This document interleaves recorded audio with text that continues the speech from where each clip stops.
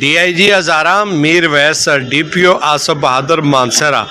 की press briefing car लेफ्टर गुरों की गिरफ्तारी और उनके कब्जे से बरामद होने वाली गाड़ियों की तफसीलात बताते हुए DIG हज़ारा कहते हैं गाड़ियों और कार लिफ्टिंग के हवाले से इसमें ये जो गैंग्स इन्होंने अरेस्ट किए हैं ये आपके सामने है सारा डाटा, और इसमें बहुत सारी टेक्निकल एफर्ट लगी है, बहुत दूर दूर तक ये लोग गए हैं। रिसीवर्स अगर आप देखें तो आप देखें कि उनके इलाके कौन कौन से हैं जहां पे वो ये गाड़ियां रिसीव हो रही हैं और फिर आगे इनका जो भी डिस्पोजल होता है। और मैं आपको ये यकीन दिलाता हूं कि ये आज मेरे लिए तो बहुत ज़्यादा खुशी का मकाम है कि हम इस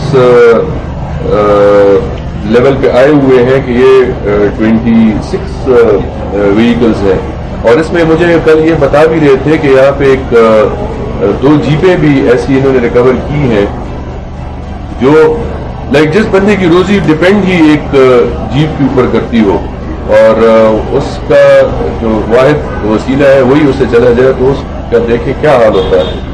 मैं इसलिए ये सारे मुबारकबाद के मुस्तहिक हैं और आपके तवज्जुह से मैं कोशिश ये कर रहा हूँ और मेरी ये रिक्वेस्ट भी है कि सारों तक ये मैसेज पहुँचे कि जी हम इधर अगर मौजूद हैं तो ये एक बाहमी रिश्ता है और